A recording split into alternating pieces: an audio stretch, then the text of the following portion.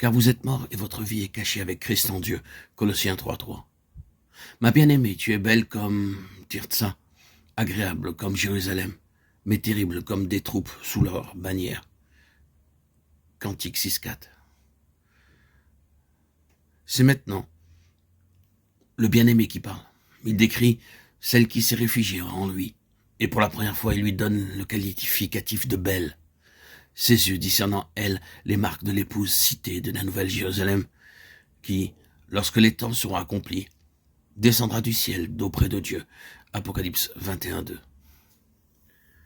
L'âme cachée en lui est ici passée par les eaux profondes de l'affliction. Elle a été brisée. Mais l'épreuve a porté des fruits et l'a débarrassé de bien des choses qui l'empêchaient d'atteindre un nouveau degré de connaissance de la vie avec Christ en Dieu. Maintenant, le Seigneur va lui montrer comment demeurer dans le sein du Père et il va lui ouvrir le chemin à l'intérieur du voile. Là, dans le sein des saints, elle comprend autrement qu'elle ne l'avait fait encore la valeur inestimable du sang de Christ. Elle n'est pas seulement allée jusqu'à la montagne de Tzion, à la cité du Dieu vivant, à la Jérusalem céleste, mais elle est allée jusqu'à Jésus, le médiateur de la nouvelle alliance, et du sang de l'aspersion, Hébreux 12, 22, 24. Là, elle voit que le chemin qui va jusqu'à Dieu est un chemin que le sang a ouvert et couvert, et que c'est par le sang seulement qu'elle a toute liberté d'entrer en la présence de Dieu. Ce n'est point à cause de ses expériences passées, ce n'est point à cause de sa communion avec le bien-aimé, mais c'est uniquement parce que le sang a accompli la propitiation, et à cause du sang porté à l'intérieur du voile par le Seigneur, qu'elle ose s'approcher de Dieu, Christ ayant obtenu une éternelle rédemption, Hébreux 9, 12.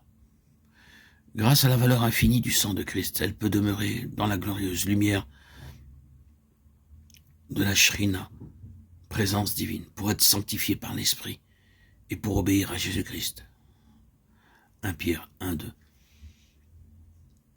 Maintenant, l'âme est cachée dans le sens le plus profond du mot, cachée en Christ, crucifiée par la foi en l'œuvre du Saint-Esprit. Elle échappe à la puissance de la vie naturelle et découvre que la vie nouvelle a sa source dans le cœur même de Dieu, cachée avec Christ en Dieu. Elle ne doit plus sortir, Apocalypse 3:12, jusqu'à l'avènement du Seigneur, Apocalypse 3:12. Quand Christ, qui est notre vie, paraîtra, alors nous paraîtrons aussi avec lui et partagerons sa gloire. Colossiens 3:4. Dans la description que fait le bien-aimé, où il compare l'âme rachetée à la cité du roi, nous retrouvons quelques-unes des caractéristiques de la nouvelle création, caractéristiques déjà esquissées par le Seigneur au début de son union dans les lieux célestes avec l'âme rachetée.